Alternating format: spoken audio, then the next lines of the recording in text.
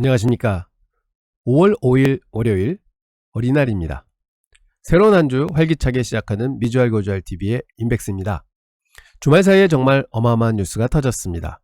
바로 투자의 신, 살아있는 전설 워렌 버핏이 드디어 올 연말에 벅셔 해서웨이 CEO 자리에서 물러난다고 공식 발표했습니다. 정말 한 시대가 저무는 느낌인데요. 제 평생의 롤모델 중 한 분이셨는데 이 역사적인 순간의 의미, 그리고 벅셔의 미래, 우리 투자 전략에 미칠 영향, 오늘 확실하게 미주알 고주알 파헤쳐 보겠습니다. 그런데 말입니다. 버핏 할아버지 소식에 가려진 게 있습니다. 더 심상치 않은 소식들이 월스트리트 저널을 가득 메우고 있습니다. 잠잠해지나 싶었던 무역전쟁이 이번엔 유럽에서 터졌습니다. EU가 미국을 향해 보복 관세 카드를 꺼내 들었습니다. 이거 정말 큰일입니다. 여기에 미국 경제의 체온계 역할을 하는 디즈니 테마파크에 찬바람이 분다는 소식까지, 지난주 9거래일 연속 상승이라는 불같은 랠리 끝에 맞이한 이번 주 시작부터 아주 스펙테클합니다.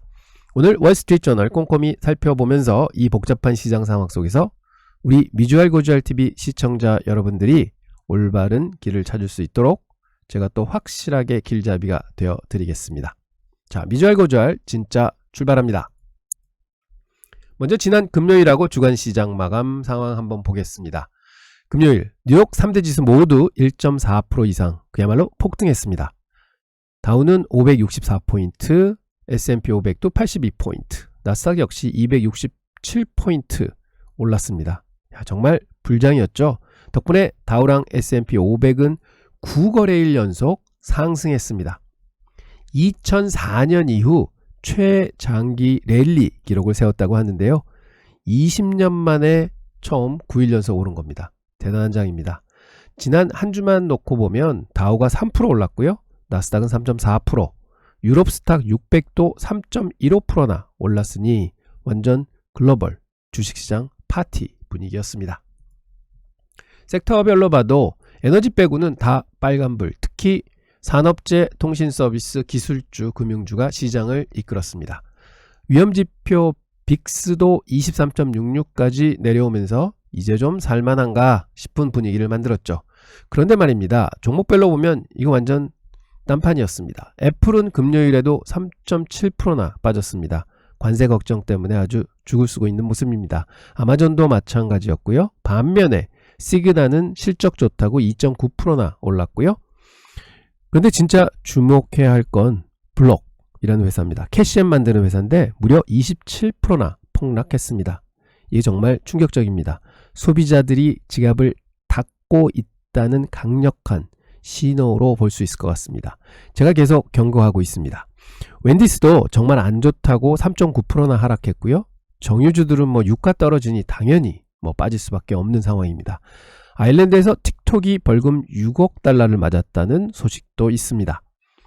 국제 유가는 결국 주간으로 4.7불 넘게 하락했고요. 배럴당 58불 선까지 밀렸습니다. 이게 경기 둔화 우려 시그널 맞습니다.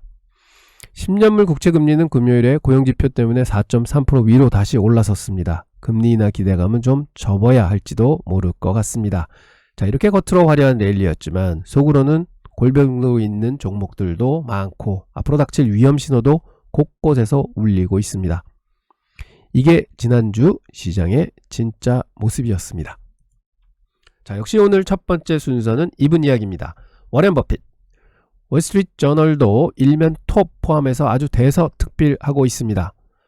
버핏이 토요일 주총에서 직접 올해 말 그렉 아벨에게 CEO 자리를 넘기겠다고 발표를 했습니다. 94살입니다. 정말 존경스럽습니다. 한 분야에서 60년을 정상에 계셨다는 건 이건 인간의 영역을 넘어선 거죠. 이 뉴스가 왜 중요하냐? 그냥 CEO 한 명 바뀌는 게 아닙니다. 여러분, 투자의 패러다임 자체를 바꾼 인물의 퇴장입니다. 퇴역입니다. 제가 38년간 금융시장에서 산전수전 다 겪었지만 버핏만큼 꾸준히 원칙을 지키면서 성공한 투자자는 정말 찾아보기 힘듭니다. 이제 벅셔는 포스트 버핏 시대로 들어가게 되었습니다. 물론 후계자 아벨도 유능하고요. 투자팀들도 탄탄합니다. 과연 버핏의 그 마법 같은 아우라까지 전수받을 수 있을까요? 이건 좀 지켜봐야 되겠습니다. 월스트리트 기사를 보니 버핏이 주총에서 나의 가장 성공적인 투자는 바로 애플이었다라고 말했다고 하는데요. 재밌지 않습니까? 기술주는 잘 모른다고 투자 하나도 안 하던 이분이 결국 기술주의 상징인 애플에 투자해서 초대박을 냈다는 거 아닙니까? 이게 뭘 의미할까요? 저는 이제 진정한 가치 투자의 진화라고 봅니다. 단순히 PER, PBR 낮은 굴뚝주만 사는 게 가치 투자가 더 이상은 아닙니다. 시대가 변하면 가치 투자의 기준도 변해야 한다는 것입니다. 애플처럼 소비자를 미치게 만드는 강력한 브랜드 파워, 대체 불가능한 생태계, 이런 무형의 해자를 알아보는 눈, 이게 진짜 중요한 겁니다. 버핏 할아버지도 이걸 깨달으신 거죠. 물론 코카콜라, 아멕스 같은 전통적인 가치 투자도 성공했지만 뭐 또 살로몬 브라더스나 이런 실패 투자 경험도 있죠. 중요한 건 뭐다? 끊임없이 배우고 실수에서 교훈을 얻고 원칙 속에서 변화를 받아들이는 유연함. 이게 워렌 버핏이 우리에게 남긴 가장 큰 교훈이라고 저는 강하게 생각합니다. 버크셔 해서웨이 주가는 단기적으로 흔들릴 수 있습니다. 하지만 버핏의 투자 철학은 영원할 겁니다. 우리 투자자들도 이번 기회에 버핏의 책 다시 한번 꺼내 읽으면서 투자 원칙을 바로 세우는 계기로 삼으시길 바랍니다. 미주알 거주알 TV도 버핏 스페셜을 기획하고 버핏의 일생, 버핏의 투자 철학 등등 다양한 컨텐츠를 기획하고 있습니다. 많은 성원 부탁드립니다. 자, 그런데 말입니다. 시장 돌아가는 모습을 보면 참 제가 38년 동안 이런 시장 한두 번 본 게 아닌데요. 요즘 많이 걱정스럽습니다. 월스트리트저널 일면 기사 보시면 골드만삭스, 아폴로 같은 월가의 쪽집게들이 있습니다. 그런데 그들이 얘기하기를 경기 침체가 온다, 확률이 45%다, 아니 90%다 이렇게 경고하고 있는데요. 주식시장은 나 몰라 하면서 계속 9일 동안 폭등 랠리를 펼치고 있습니다. 이거 말이 안 됩니다, 여러분. 월스트리트저널 분석으로는 투자자들이 예상보다 좋았던 4월 고용 보고서 같은 경제 데이터에 집중하고 있다고 합니다. 트럼프 대통령의 무역 전쟁도 초기에 진정될 것으로 기대감에 베팅하고 있다는 분석입니다. 트럼프 대통령 본인도 인터뷰에서 경제에 대한 우려를 일축하면서 협상에 대한 기대를 부풀리고 있는 상황입니다. 소비자 물가 걱정에 대해서는요, 이런 말도 있죠. 인형 30개 사는 대신 2개만 사면 되지 않느냐, 이런 소리나 하고 있고 참 답답합니다. 제가 볼 때는요, 이거 상당히 위험한 신호입니다. 시장이 현실을 너무 외면하고 있습니다. 채권 시장은 벌써 위험을 감지하고 있는데 말입니다. 주식만 혼자 딴 세상에 있는 거죠. 신문에 언급한 초과 CAP 수익률, 이란 지표를 봐도 지금 주식 투자는 위험에 비해 기대 수익이 너무 낮습니다. 즉 비싸다는 얘기입니다. 그런데도 사람들은 막 달려들고 있습니다. 왜일까요? 옆 사람이 싸다니까 그렇습니다. 옆 사람이 미국 주식 사서 돈 벌었다고 얘기하니까 그렇습니다. 이게 뭡니까? 포모입니다. 이게 지금 시장을 지배하는 심리인데 제가 정말 싫어하는 겁니다. 남 따라 강남 가는 거니까요. 자, 인백스의 의견입니다. 명확하게 말씀드리자면 지금 시장의 랠리 너무 믿지 마십시오. 언제든 조정이 와도 이상하지 않는 상황입니다. 경기 침체에 대한 경고, 무역 전쟁 리스크, 이런 펀더멘탈 악재를 무시하고 기대감만으로 오르는 시장은 사상 누각일 수도 있습니다. 정신 바짝 차리셔야 하는 상황입니다. 그런데 버핏 뉴스만큼이나 오늘 우리를 긴장시키는 뉴스가 또 하나 있습니다.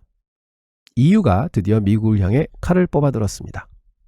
보도에 따르면 이유는 이르면 이번 주 안에 할리 데이비슨 오토바이, 그다음에 버번 위스키, 청바지 같은 딱 봐도 미국의 특정 지역, 즉 트럼프 대통령 지지 기반이 강한 레드 스테이트를 겨냥한 품목들에 보복 관세를 때릴 준비를 하고 있다고 합니다. 이게 왜 정말 심각한 문제냐? 첫째, 무역전쟁이 이제 중국을 넘어서 유럽으로까지 확전된다는 겁니다. 미국과 유럽, 이 거대한 두 경제권이 정면으로 부딪히는 건 제가 본 적 없는 초유의 사태가 될 수도 있습니다. 글로벌 교역 시스템 자체가 마비될 수도 있습니다. 두 번째, 타겟 품목을 보십시오. 아주 그냥 노골적으로 정치적입니다. 트럼프를 지지하는 지역 산업을 때려서 미국 내 정치적 압박을 가하겠다는 것입니다. 경제 문제가 아니라 이제 완전 정치 싸움으로 번지고 있습니다. 세 번째는 글로벌 공급망 충격입니다. 인플레이션 압력 가중입니다. 미국과 유럽 간의 교역량이 얼만데 여기에 관세 장벽이 생기면 관련 기업들 수출 막히고 소비자 물가는 또 오릅니다. 안 그래도 불안한 글로벌 경기에 찬물을 끼얹는 격입니다. 금융시장 변동성은 불보듯 뻔합니다. 결론은 EU의 보복 관세, 이거 정말 심각한 뉴스입니다. 지난주 랠리 분위기에 찬물을 확 끼얹을 수도 있는 강력한 악재입니다. 여러분, 정신 바짝 차리시고 이 무역전쟁 확산 가능성에 대비하시기 바랍니다.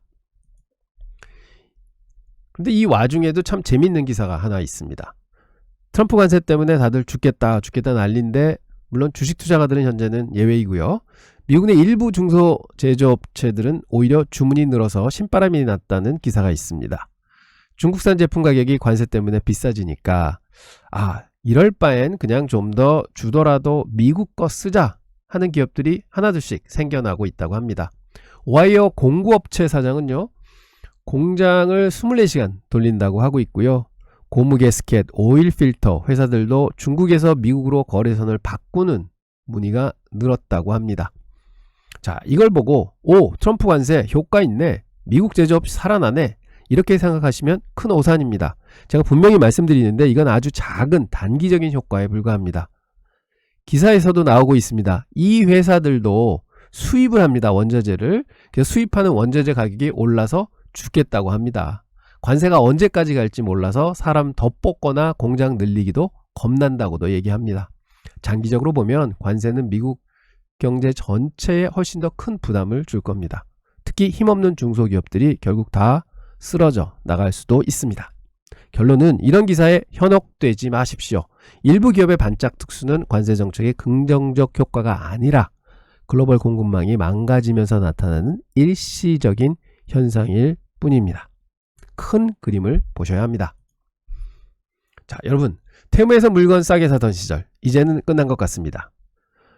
기사를 보면 미국이 중국산 저가품에 대한 최소 허용 기준, 즉 면세 혜택이 800불 이하면 면세죠. 그거를 폐지했습니다. 그러자 테무가 미국 소비자들에게 중국에서 직접 상품을 배송하는 것을 이제는 중단을 해버렸습니다. 이게 무슨 뜻이냐? 이제 테무에서 물건을 사려면 미국 창고에 이미 들어와 있는 좀 상대적으로 중국에서 직수입하는 것보다는 좀 비싼 물건을 사야 한다는 겁니다. 테무의 최대 강점이었던 미친 가격이 사라지는 거죠. 이건 테무한테 엄청난 타격입니다. 소비자한테도 직구 메리트가 확 줄어들고 있다는 겁니다. 인백스의 생각은 이렇습니다. 이건 과연 관세 정책이 기업의 비즈니스 모델 자체를 어떻게 바꿔버리는지 보여주는 아주 생생한 사례라고 생각합니다. 이제 테무 같은 파괴력을 보여주긴 어려울 겁니다. 경쟁사인 쉬인이나 아마존은 또 어떻게 대응을 할까요? 이커머스 시장 판도가 크게 흔들릴 수 있습니다. 결국 피해는 누구한테 돌아가느냐? 우리 소비자들한테 돌아가는 겁니다. 물가 상승 압력만 더 커지는 것입니다. 관세가 이렇게 우리의 소비 생활까지 직접적으로 바꾸고 있다는 증명입니다. 우리 서학개미들은 디즈니 주식 많이 가지고 있을 수도 있습니다. 근데 좀 걱정스러운 소식이 있습니다. 신문을 보면 미국 내 디즈니 테마파크 방문자 수가 최근 몇 달 동안 계속 줄어들고 있다고 합니다. 코로나 끝나고 터졌던 그 보복 소비 열기가 이제는 많이 식었다는 신호일 수도 있는데요. 디즈니한테 이 테마파크는 정말 중요한 돈줄입니다. 방문객 감소는 당연히 실적에 안 좋은 영향을 주겠죠. 그런데 저는 이게 단순한 디즈니만의 문제가 아니라고 봅니다. 테마파크 같은 거는요, 대표적인 임의 소비재, 즉 사치성 소비죠. 근데 사람들이 이런 데 돈을 쓰는 걸 줄인다는 거는 미국 소비자들이 진짜로 지갑을 닫기 시작했다는 강력한 증거일 수도 있습니다. 지난주 블록, 웬디스 실적 쇼크 나왔던 거랑 딱 맞아떨어지는 그런 현상인 것 같습니다. 인백스가 판단은 이렇게 하고 있습니다. 디즈니파크 방문객 감소, 이거 심상치 않다. 미국 경제의 70%가 소비입니다. 근데 이 소비라는 엔진이 삐걱삐걱 거리기 시작했다는 겁니다. 앞으로 경기 둔화가 된다고 치면 경기 둔화 속도가 굉장히 더 빨라질 수도 있겠구나 하고 생각해 볼 수 있는 점입니다. 소비 관련주, 특히 임의 소비재 관련주들 투자하시는 분들 정말 정신 바짝 차리셔야 합니다. 잠시 국제정세로 눈을 돌려보겠습니다. 잠잠하다 싶었는데 또 터지는 게 중동입니다. 주말 사이에 예멘 후티 반군이 이스라엘 텔아비브 공항 근처에 미사일을 쐈다는 소식입니다. 와, 정말 대단합니다. 다행히 큰 피해는 없었는데요. 이스라엘은 당연히 격분을 했고 그 배후로 이란을 지목하며 보복을 다짐했다고 합니다. 이 사건은 중동 지역의 지정학적 리스크가 언제든 다시 터질 수 있다 하는 걸 보여주고 있습니다. 우리 투자자들은 이걸 왜 신경 써야 할까요? 뻔하죠. 국제 유가입니다. 중동 불안은 유가 급등의 단골 메뉴 아닙니까? 지금 당장 유가가 크게 움직이지 않더라도 이런 불씨는 언제든지 큰 불로 번질 수 있습니다. 또 이런 지정학적 긴장은 시장 전체의 위험회피 심리를 자극할 수도 있습니다. 결론은 중동 리스크 아직 끝난 게 아니다. 항상 조심해야 된다. 이런 말씀 드리겠습니다. 트럼프 대통령의 예측 불가능성은 정말 혀를 내두를 정도입니다. 이번엔 할리우드 영화 산업을 정조준했습니다. 트럼프 대통령은 일요일 자신의 소셜미디어에 해외에서 제작된 영화에 대해 관세 100%를 부과할 것을 승인했다고 밝혔습니다. 미국 영화사들이 해외에서 영화를 촬영하는 게 국가 안보에 위협이 된다라는 주장이라고 하는데요. 아니, 영화가 무슨 자동차나 철강처럼 배 타고 들어오는 것도 아닌데 이걸 어떻게 관세를 매기겠다는 건지 정말 황당무계합니다. 물론 이게 당장 현실화될 가능성은 낮아 보입니다. 하지만 중요한 건 이겁니다. 트럼프 대통령의 행정부의 보호무역주의가 어디까지 튈지 모른다는 것이죠. 이제 상품뿐 아니라 서비스, 컨텐츠까지 모든 게 관세 대상이 될 수 있다는 불안감을 시장에 크게 심어주고 있는 겁니다. 결론은 트럼프의 영화 관세 발언은 그냥 웃어 넘길 일이 아니다. 정책의 예측 불가능성이 점점 더 커질 수 있다. 고로 기업들은 투자를 더 꺼릴 것이다. 그로 시장의 변동성은 더 커질 수밖에 없다. 이렇게 결론 내릴 수 있습니다. 주요 경제지표 다시 확인하면 지난 금요일 발표된 3월 미국 공장제 수준은 괜찮게 나왔습니다. 하지만 이번 주가 진짜 중요합니다. 수요일 FOMC 회의 결과 발표가 있습니다. 그리고 파월 의장의 기자회견이 있습니다. 금리 동결은 이번에는 당연한 것 같은데요. 파월 의장이 앞으로 어떻게 할 건지 힌트를 좀 주지 않을까? 그 힌트에 의해서 시장이 변동성이 좀 커질 것 같습니다. 여기에 소비자 물가지수, 생산자 물가지수까지 발표가 있습니다. 이번 주 정말 시장 변동성 커질 요인들이 많이 존재합니다. 정신 바짝 차리셔야 합니다. 오늘 방송 정리하겠습니다. 워렌 버핏의 은퇴 발표는 한 시대의 마감을 알리는 역사적인 사건이었습니다. 그의 투자 철학은 앞으로도 우리에게 큰 울림을 줄 것입니다. 한편 미국 증시는 겉으로는 뜨거운 랠리를 이어갔지만 자세히 들여다보면 고용지표의 착시효과, 미중관계의 불확실성, 그리고 관세로 인한 실물경제의 고통, 이런 불안 요인이 곳곳에 숨어 있습니다. 특히 EU의 보복 관세 예고는 정말 심각한 악재로 작용할 수도 있습니다. 이렇게 앞날을 예측하기 어려운 혼돈의 시기, 우리 투자자들은 어떻게 중심을 잡아야 할까요? 저는 다시 한번 원칙과 균형을 강조하고 싶습니다. 워렌 버핏이 평생 보여주었듯이 단기적인 시장의 소음에 흔들리지 않고 기업의 본질적인 가치를 보면서 장기적인 관점을 유지하는 것이 중요합니다. 동시에 지금처럼 무역전쟁, 경기 둔화 우려, 이러한 명백한 위험 신호들이 나타날 때는 리스크 관리에 더욱 신경을 써야 합니다. 너무 한쪽으로 쏠리지 않는 균형 감각 필요합니다. 시장의 랠리에 흥분해서 무작정 따라가는 것보다는 왜 이런 위험 신호들이 나오는지 냉철하게 분석해야 합니다. 반대로 비관론에 빠져서 좋은 투자 기회를 놓쳐서도 절대 안 됩니다. 싸게 사야 수익이 많이 납니다. 좋은 기업을 꾸준히 분할 매수하면서 장기적으로 동행하되 반드시 분산 투자를 통해 위험을 관리하는 지혜가 필요합니다. 분산 투자를 해야지 그 중에서 대박나는 종목도 나올 확률이 커집니다. 꼭 위험 분산뿐만 아니라 기회 분산의 효과도 가지십시오. 제가 38년간 시장의 파도를 넘어올 수 있었던 것도 결국 이 균형 감각 덕분이었습니다. 저희 미주 알고 잘 TV는 이번 주에도 매일같이 쏟아지는 정보의 홍수 속에서 우리 투자자분들이 중심을 잡고 올바른 방향을 찾아갈 수 있도록 최선을 다하겠습니다. 혼란스러울수록 기본으로 돌아가십시오. 저희가 그 길을 함께 걷겠습니다. 더 깊이 있는 분석이나 개인적인 투자 전략이 궁금하시다면 저희 인백사사 운영의 온라인 자문 서비스도 언제든지 열려 있다는 점 꼭 기억해 주시기 바랍니다. 자, 새로운 한 주 파이팅입니다. 두려워하지 말고 원칙을 지키며 성투하십시오.